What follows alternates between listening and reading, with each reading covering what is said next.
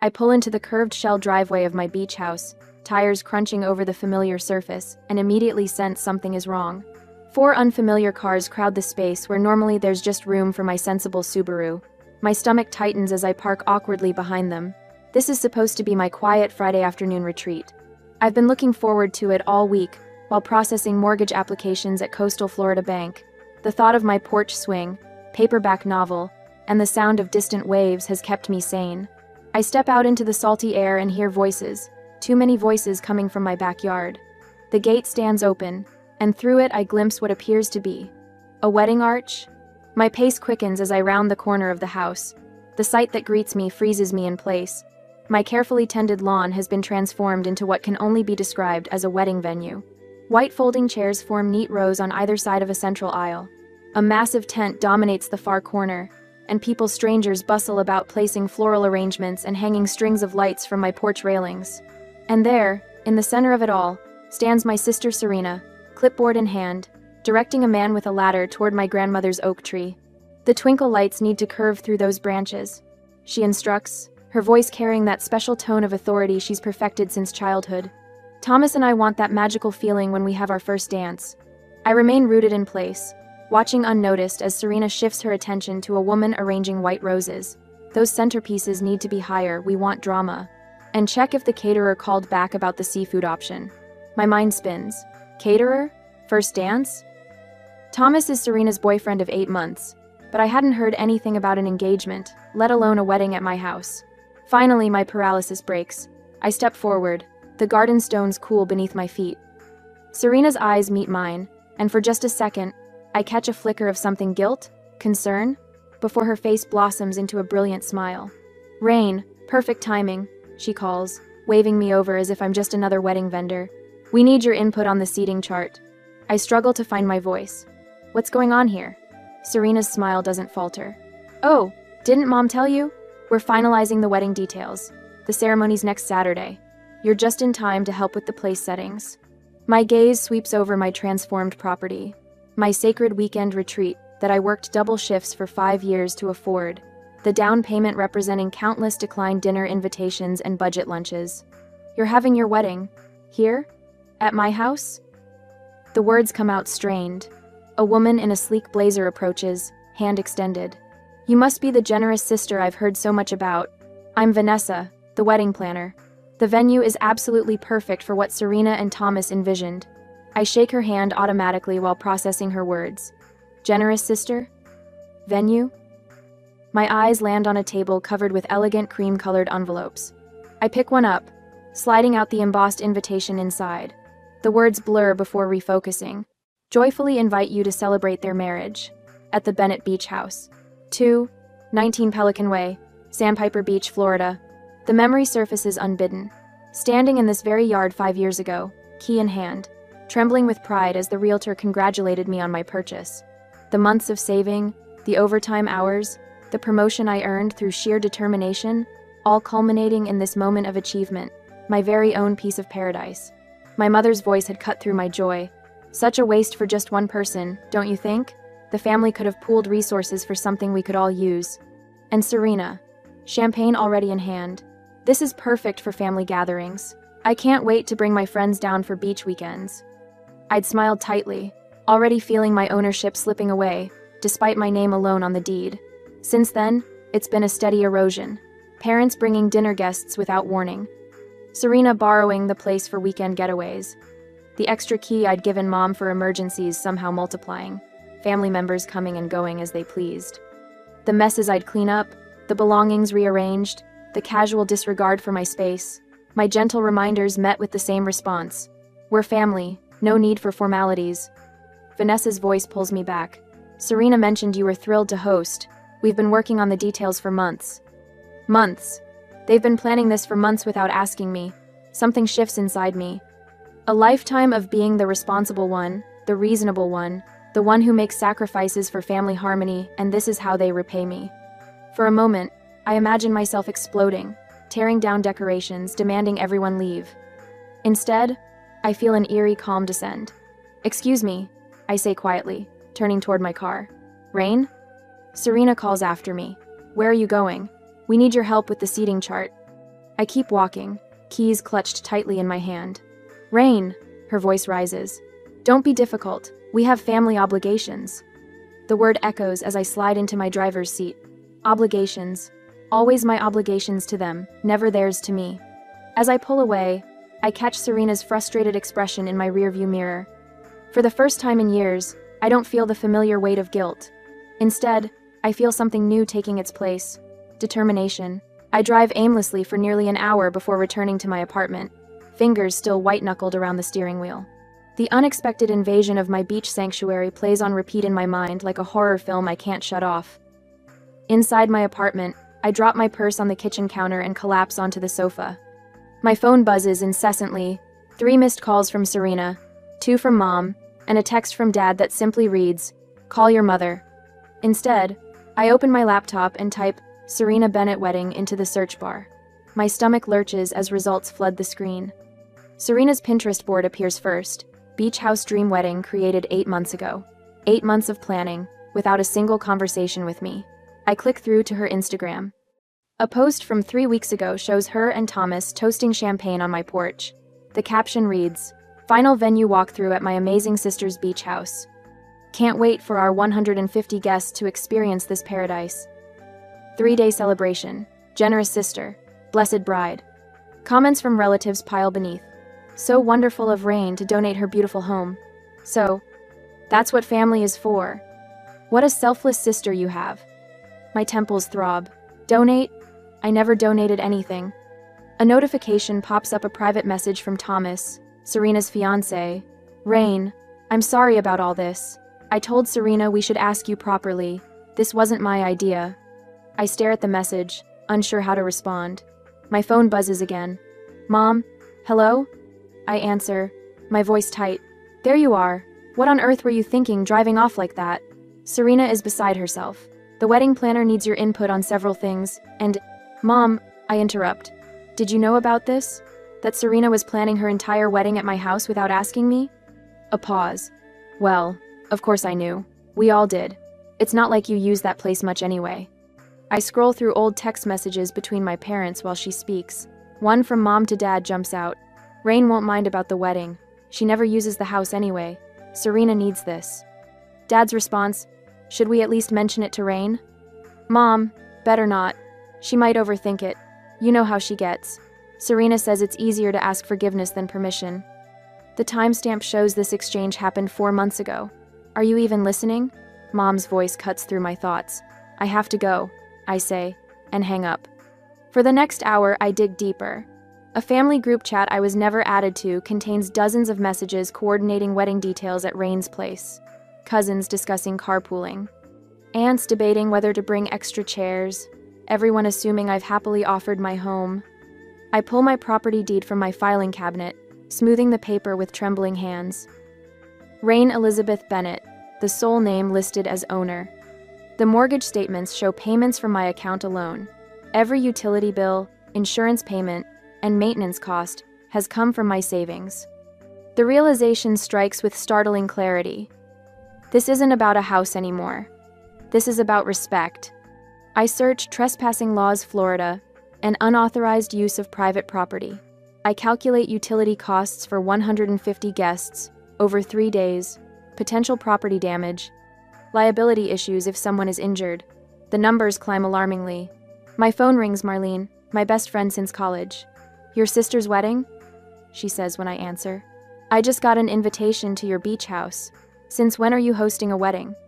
I explain the situation, my voice growing stronger with each detail. "Rain," Marlene says firmly, "you're not crazy for being upset. This is outrageous. What are you going to do?" "I don't know yet," I reply, "but I'm done being a doormat."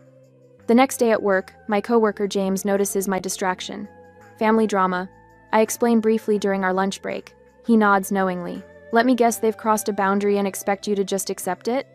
I look up, surprised. "How did you know?" "Been there. My brother used to borrow my car without asking. Kept doing it until I changed the locks on my house where I kept the keys." He leans forward. "Stand firm, Rain. Family can be the worst boundary violators because they think they're entitled to forgiveness." That afternoon, I receive a text from my neighbor at the beach house. Lots of people coming and going from your place lately. Everything okay? The pieces coalesce into a plan. I leave work early and drive to the beach house. I watch from across the street as Serena directs florists carrying arrangements inside. My house, my sanctuary. At the hardware store, I purchase new locks and security cameras. The locksmith arrives an hour after Serena leaves. By sunset, my house is secure again. Back at my apartment, I compose a careful email. To family. Subject: beach house access. Please be advised that effective immediately, anyone wishing to visit my property at 219 Pelican Way must contact me directly for permission and access arrangements. The locks have been changed for security purposes. Sincerely, Rain Bennett. I hit send, then mute my phone as it immediately begins to ring. The responses flood in minutes later. Mom, don't be ridiculous, we're family. Where's the spare key? Dad, call your mother, she's upset. Serena's message comes through as a voice call that I let go to voicemail. Her voice trembles with rage when I play it back. How could you be so selfish right before my wedding? You're ruining everything. I've been planning this for months. I send one response. This is my property, purchased with my money. No one uses it without my permission. Then I silence all notifications and open my laptop. A local tourism article catches my eye. Sandpiper Beach Tour Company seeking rental properties for exclusive visitors. I click through to their website, looking for unique properties to showcase to our high-end clientele. My fingers hover over the Contact Us form. For the first time in days, I feel a sense of calm settling over me. I download their rental agreement, reading each clause carefully, envisioning the perfect solution taking shape. 3 hours later, I've created a comprehensive plan with contingencies for every possible reaction from my family. I've documented the current condition of my house, calculated fair market rental rates, and prepared a contract that protects my interests. When I finally sign the rental agreement with Sandpiper Beach Tour Company, I recognize the moment for what it is, the point of no return, and I don't regret it for a second. 2 days later, my phone buzzes for the 17th time this morning. I know because I've been counting. Each vibration sends a small tremor through the wooden desk at Coastal Florida Bank, where I've been trying to focus on a mortgage application for nearly an hour. The screen lights up with Serena's name again, accompanied by a text preview that begins, "You're being completely ridiculous." I silence the phone and flip it face down. 3 more messages arrive in quick succession, their muted vibrations like angry wasps trapped against the desktop. "Trouble at home?" James asks from the cubicle next to mine. His eyes meet mine over the partition, concern evident in the slight furrow of his brow. "My family discovered boundaries exist," I say, surprised by the steadiness in my voice. "They're not taking it well." The elevator chimes, drawing my attention to the bank's main floor. My stomach drops. Mother strides across the marble tiles, her purposeful gait and rigid shoulders broadcasting her mission to anyone watching. She's wearing her church committee outfit, blue linen pantsuit, pearls, formidable pumps. "She wouldn't," I whisper, "but of course she would. This is exactly what she would do." "Is that your mom?" James whispers, sinking lower in his chair. I stand before she reaches my desk, intercepting her near the water cooler. "Mother, this is my workplace. And apparently the only place I can reach you," she says, voice pitched to carry just far enough that nearby colleagues pause their typing. "Since you've decided to ignore everyone's calls and change the locks without warning." The old Rain would have immediately guided her to the break room, desperate to minimize the scene. Instead, I feel a strange calm settle over me, like stepping into cool water. "We can talk after work," I say. "I'll meet you at Bayside Cafe at 5:30. Your sister is devastated. The venue was perfect. Do you understand what you've done?" 5:30, I repeat, my voice lower but firmer. "Or not at all." She blinks twice, the gesture almost comical in its surprise. Without another word, she turns and leaves, her heels striking the floor with diminished authority. James whistles low when I return to my desk. That was impressive. I'm as surprised as he is. That evening, I pull into the parking lot of Coral Gables restaurant, where my family has arranged what can only be described as an intervention. Through the window, I see them already seated at our usual corner table. Mother, father, Serena, and to my surprise, Aunt Linda, whose disapproval has terrified me since childhood. "You don't have to go in," Marlene says from the passenger seat. My friend insisted on coming when I mentioned the dinner, calling herself my boundary bodyguard. "Actually," I say, finding that strange calm again, I do. Inside, Serena doesn't wait for me to sit before launching her attack. My dream wedding is ruined, she announces, eyes already glistening with practiced tears.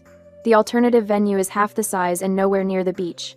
Thomas's family is questioning everything now. Father clears his throat.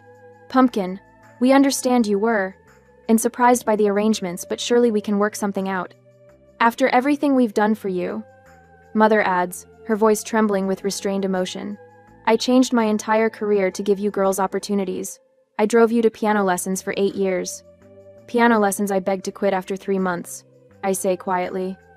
Aunt Linda leans forward. Rain, in our family, we support each other. Your grandfather would be ashamed to see this selfishness. The table falls silent at the mention of Grandpa Joe, the ultimate family authority even years after his death. This is their nuclear option. I take a slow breath, then look directly at my sister. Name one time you asked permission before using my house. Serena blinks. What? One time. Just one example when you called ahead, asked if I minded, and respected my answer. Her mouth opens, then closes. Name one weekend when you left the house exactly as you found it. I continue, turning to my parents. One occasion, when you didn't bring extra people I'd never met.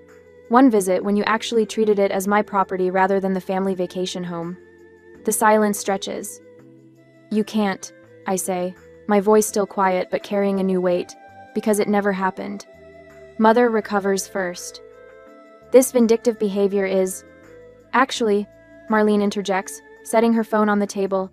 I have something relevant. She taps the screen, pulling up a calendar. Rain made this request 7 months ago. It shows every time she asked her family to please call before coming to her house. 26 requests in 3 years, each one documented with the date and response. James helped me compile this record last week, combing through text messages and emails I'd nearly forgotten. The evidence of my ignored boundaries, laid out chronologically, had been shocking even to me. Father shifts uncomfortably in his seat. No one's denying there might have been some miscommunications. It's done anyway, I say, cutting through the tension. The house is rented to Sandpiper Tours for the next 3 weekends, including Serena's wedding date. The contract is signed. The deposit is paid. Serena's tears vanish instantly. You what? I slide a folder across the table. The rental agreement, fully legal and binding. That night, I finalize the last details. The tour company agreement sits signed on my coffee table.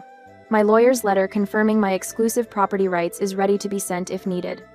The security cameras I installed yesterday are already transmitting footage to my phone. Thomas's text arrives as I'm preparing for bed. I respect what you're doing, even though I can't say it publicly yet. This wasn't right from the beginning. For a moment, doubt creeps in. Am I being too harsh? The remembered image of strangers rifling through my bedroom drawers during last year's small family gathering banishes the thought. This isn't about punishing them. This is about respecting myself. I think about the years of coming home to moved furniture, borrowed items never returned, and casual disregard. The night I arrived to find 16 strangers having a party, my personal photos handled by people who didn't know my name.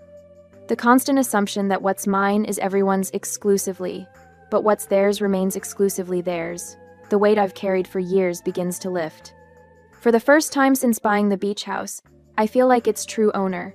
Tomorrow might bring more confrontations, more tears and accusations, but tonight I am certain. This is what freedom feels like. For the first time since discovering the wedding plans, I sleep soundly that night, no longer tangled in bedsheets damp with anxiety sweat. The realization comes in the morning sunshine. Their reactions only confirm I'm making the right decision. This house was always mine, never theirs.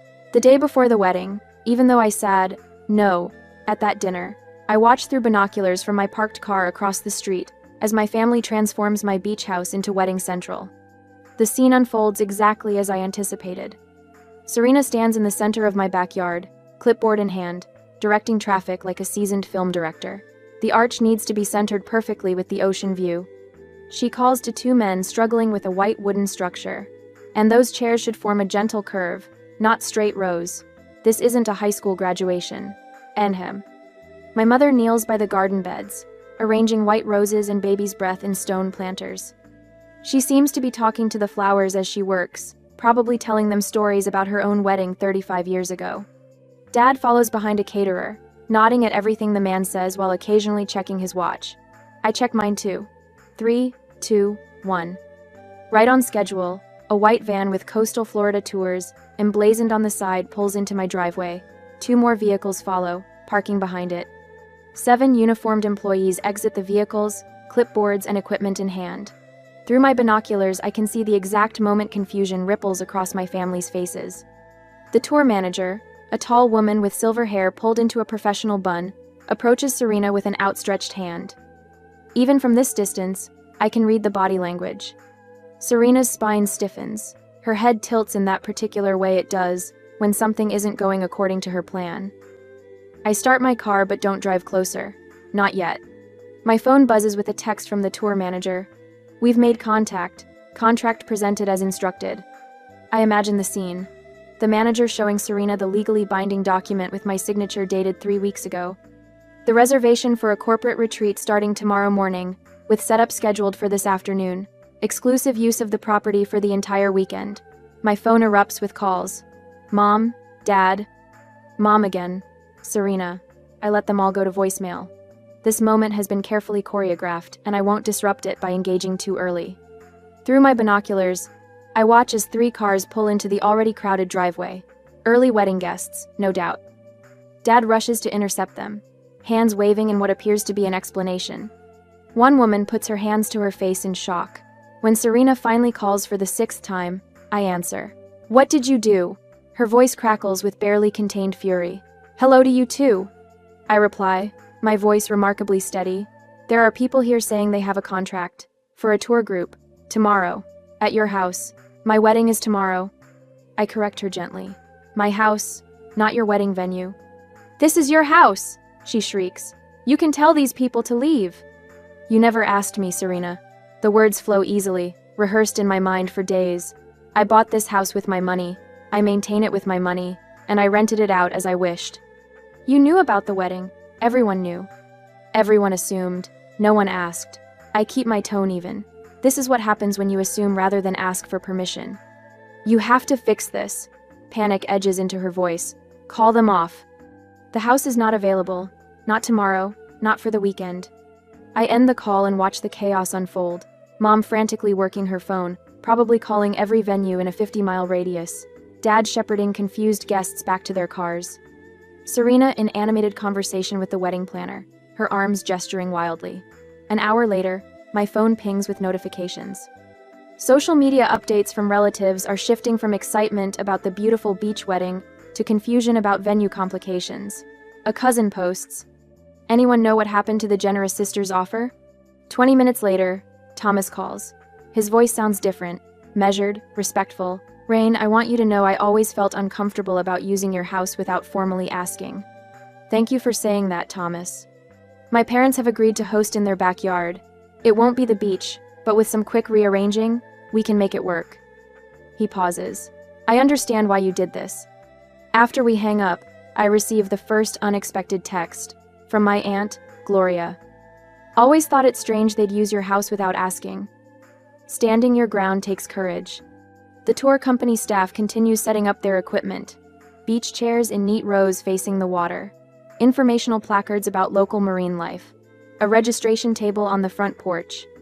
I finally drive away, leaving my property being used exactly as I intended, with permission, with respect, with boundaries intact. For the first time in years, I feel something unfamiliar unfurling in my chest. It feels remarkably like freedom. 3 days later, the doorbell rings just as I'm organizing the last of my documentation. Through the peephole, I see my parents standing shoulder to shoulder, their postures rigid with indignation. I take a deep breath, tuck the final photograph into its folder, and open the door. Rain, Elizabeth Bennett, my mother says, her voice wavering between fury and tears. How could you humiliate your sister this way? Her wedding is in shambles. My father stands slightly behind her, his disappointment radiating like heat. After everything we've sacrificed for you, this is how you repay us? By destroying Serena's special day? I step back, gesturing toward my living room. Would you like to come in? Their momentary hesitation reveals their surprise at my calm. They expected tears or defensive anger, my usual response pattern. Instead, I lead them to the couch where 3 water glasses wait on coasters. I've anticipated this visit for days. You need to make this right. my mother continues, her voice gaining strength as she settles onto my couch. A public apology at minimum. And you'll need to compensate for the venue change. Thomas's parents' backyard was barely adequate. My father leans forward, his tone softening into the reasonable voice he uses when closing business deals. Sweetheart, everyone makes mistakes, but this is family.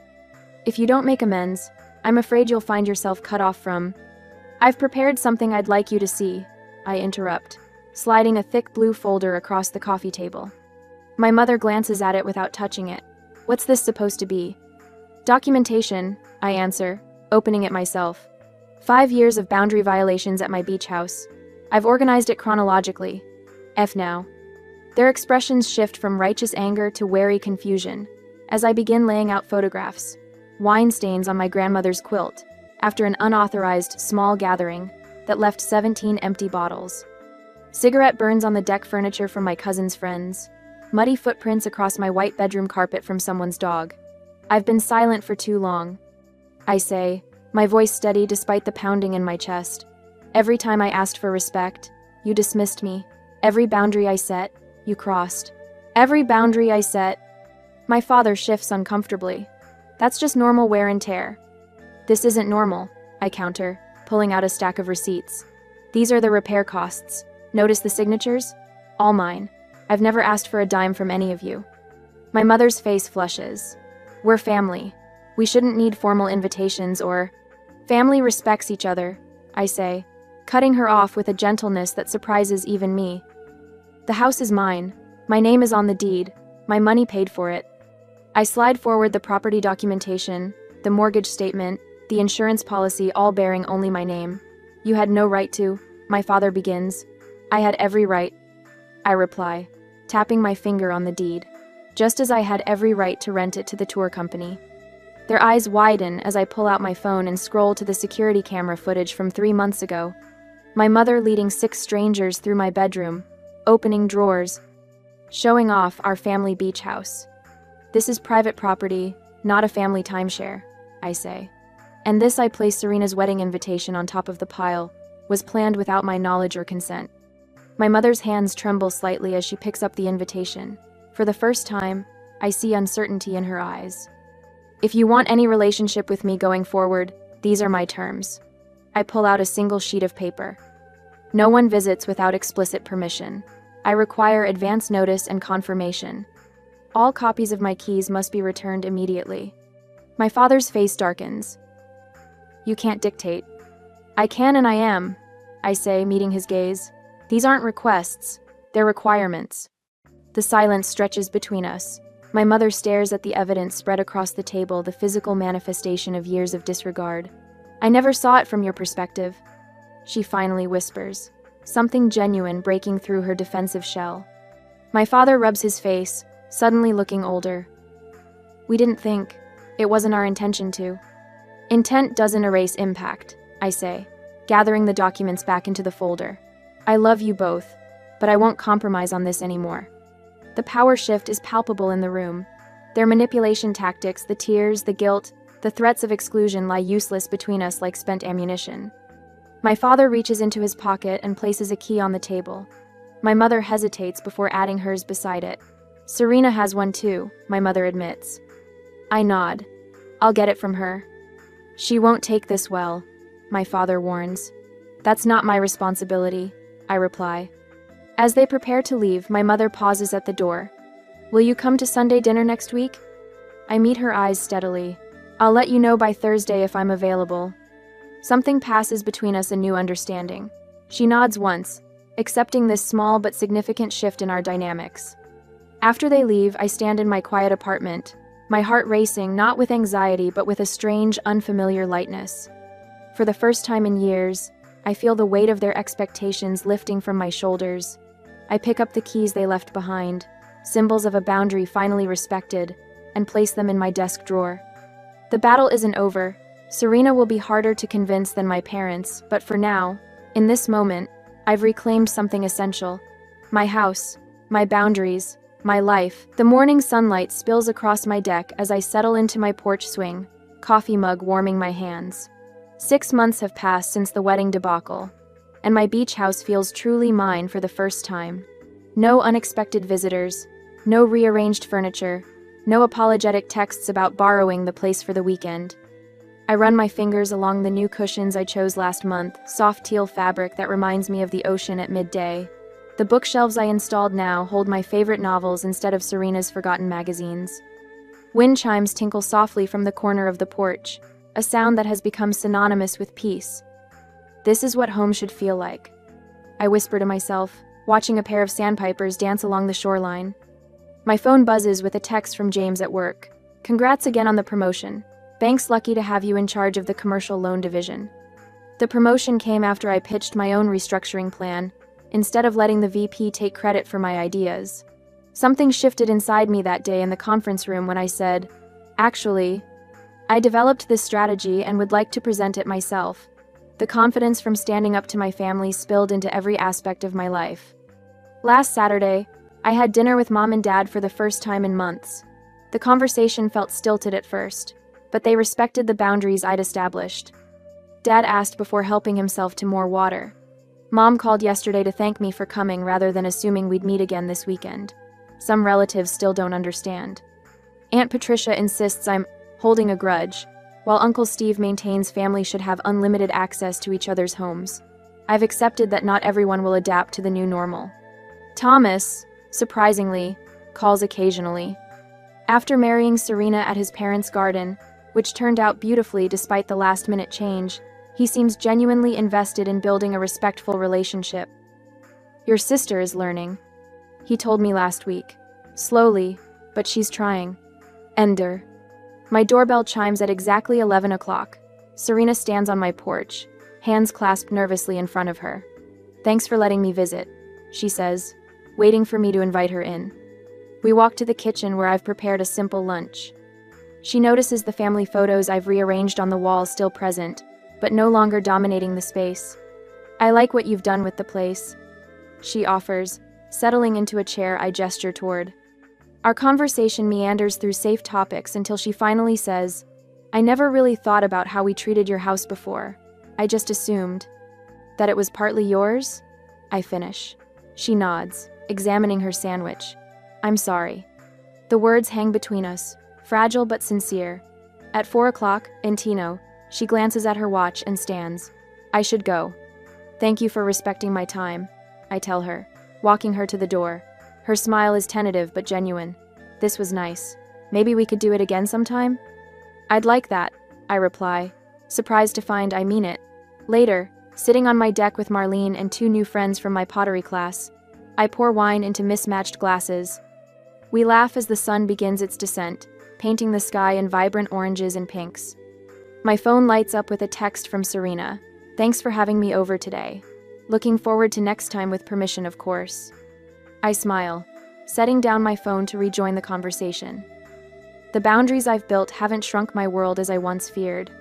They've expanded it, creating space for relationships based on mutual respect rather than obligation. The ocean breeze carries the scent of salt and possibility as evening settles around us. For the first time in years, I feel perfectly at home in my own life.